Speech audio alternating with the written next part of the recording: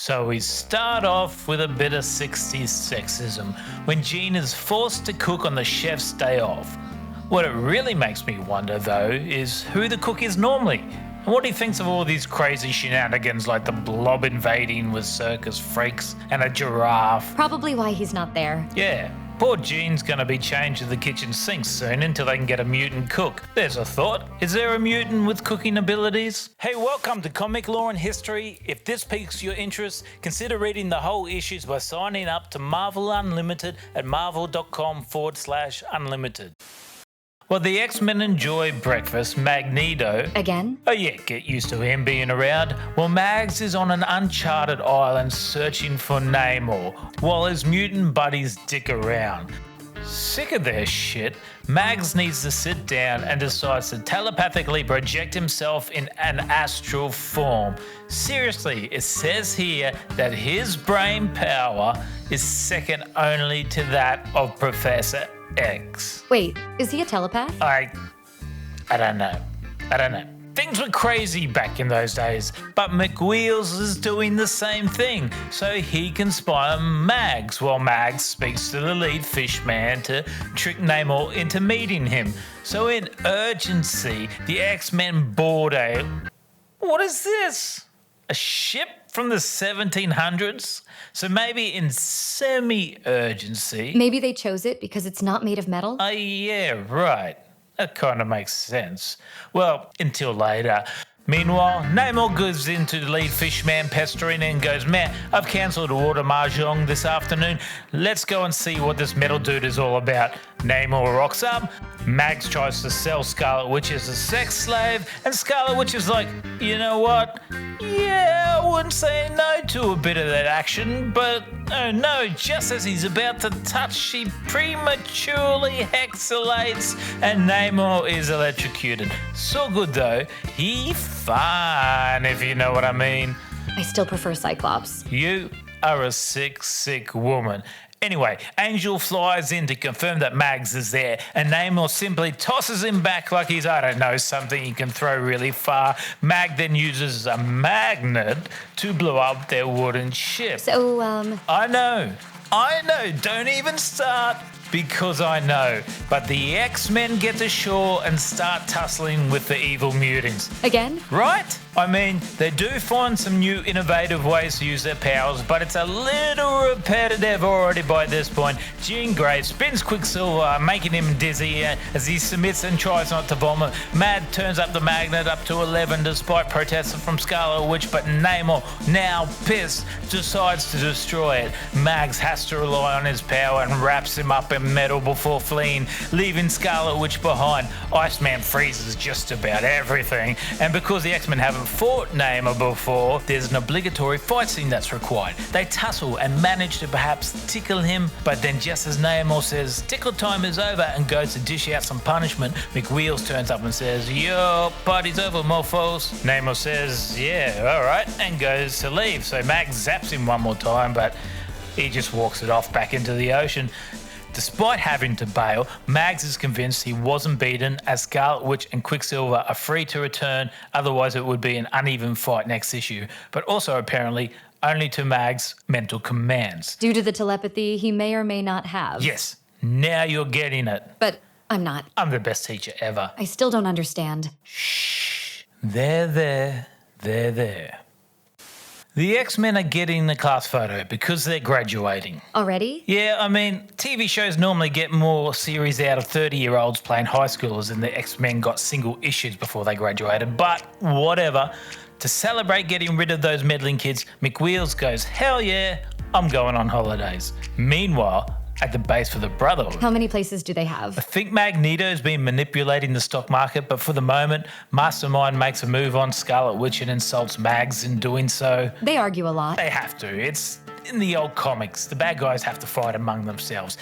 I don't think you were allowed to sympathise with the villains back then. They had to be evil. Anyway, Mags does what he always does and puts them back in their place again. What a dick. Back at the X-Mansion, McWheel shows Scott his new Cerebro machine because Mr. Boy Scout Pants is going to be the new leader while McWheels is away. Lucky decision because Scott announces that he was going to leave the X-Men, but now he can bully other people into doing what he wants. He's sticking about. Did he actually say that? Well, not exactly like that. He more mentioned that he was going to search for a cure for his eyes, but... You're just jealous my boyfriend is now in charge. I'm not jealous. Wait, what did you just call him? Elsewhere, Mags is attending a birthday party and thinks to himself that it is the only place that he can actually go because of his costume, but doesn't realise that all he has to do is wear other clothes. Sheesh, talk about out of touch. But the reason he's there is to search for this guy, big fat blobby guy. You remember him? Who does a Homer Simpson with a cannonball trick and uses non-canon telepathy to realise that his mind has been mentally blocked before. Fatty Blob's manager asks who he is and Mag says this: I am power. Then bam. That was actually pretty cool. Seriously, right? I am power. Smack. It's an uber cool moment. Also, the manager says the word rube again. Google that for me. I don't know. Haven't had time. Google says it's an awkward and unsophisticated person. Oh, thank you. Really just sounds like your average person then, doesn't it? But then at least it's not somebody with a head like a Rubik's Cube, which was kind of like what I was thinking it was meaning. So anyways, the freaks fight the evil brotherhood and Fatty Blob Man goes for Magneto but gets zapped, hits his head and now remembers everything from his encounter with the X-Men. What about the X-Men?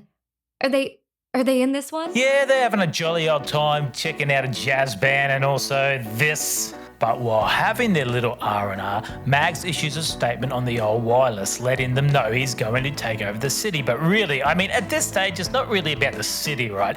I mean, it's one of my main gripes about the old school villains that despite Mags having this whole homo superior shtick, they always end up out for revenge over their actual goal against the good guys that did them wrong, like, haha, I just stole $1 bajillion, but I can't rest on my own tropical island until I have smoked down my foe. Like, dude, just go by the island and relax. You know you're gonna get your ass handed to you. Little off tangent there. You're a little off tangent. That was uncalled for. Anyways, the X-Men find Fatty Blob's guy and Mags rips the helicopter to shreds and a tussle ensues. Mags delivers rockets for their birthdays and enter the evil brotherhood. Iceman redirects the rockets and freezes some of them and cools off Fatty Blob guy, and Mags is forced to retreat. Though of course, it wasn't his fault. What's this, like 3 or 4 by now? Yep, it's a few. Old Mags doesn't have the greatest win-loss record and we're only 7 issues in, but it ends with a few important points. First, the X-Men still believe that Scarlet Witch and Quicksilver aren't as evil as their evil brother counterparts, and the Blob, despite having his memory back, says he's simply sick of all the mutant stuff and wants to be left alone in a rather quite sympathetic scene. But then at least he doesn't have to get mind raped again. Can we guess how Issue 8 starts? With the X-Men training? Yep. But with Scott in charge this time. Leave it. You should see him with his shirt off. Oh boy. So yes, the X-Men train a little, but later Beast saves a boy from the top of a tower and the mob still chase him off because of mutant hysteria. Sick of them petty humans, he decides to quit the X-Men. Cyclops touches base with McWheels, who pretty much ditched them, and we find McWheels is in a cave in the Balkans with the least subtle wheelchair ever known to man. Elsewhere, we meet Unus, a wrestler who is unmatched, and Beast, who is in the audience and now needs money, decides to take a fight up as a challenge. Strange thing is, when they fight, Beast can't wrestle him because Unus is a mutant and his power is he simply can't be touched if he doesn't want it. In a string of convenient events, Mastermind was conveniently there as well and convinces Unus to work for Mags. Unus agrees and he is conveniently walking past a bank getting robbed. He stops them and takes their money. The X-Men turn up as he is conveniently finished and left holding the bag of money, so they assume he's robbed the bank. They tussle, but they can't touch him. Even Sykes' pew-pew-pews can't touch him. He's got other good qualities. Like boredom. Anyway, the X-Men return home. They find Beast working on a weapon. They say, "Hey Beast, why are you working on a weapon, dude?" But of course, Beast doesn't explain and jumps out the window because drama. The X-Men chase Beast, who finds Unus and shoots his weapon at him. At first, it does nothing, but then Unus finds that the gun actually increased his power so much that he can't control it. This means he can't sit, he can't eat, he can't lay down, he can't touch anything. How does he touch the floor? What about his clothes? That's a good point. Maybe there's some correlation to his own psychological interpretation of what his powers do. Don't try to sound smart. Don't matter though, because finally Unus gives in, saying he'll be a good boy if Beast zaps him back, which they do, and Unus walks away with cake. Quick note, seriously, I like Unus's power. It's easy but kind of fun, and I like the way the X-Men beat him. It reminds me of the king who wished everything he touched turned into gold, and then he couldn't eat, or all his loved ones became gold statues. Yeah, I don't know why I remember that, but I do, when sometimes I can't even remember where I live.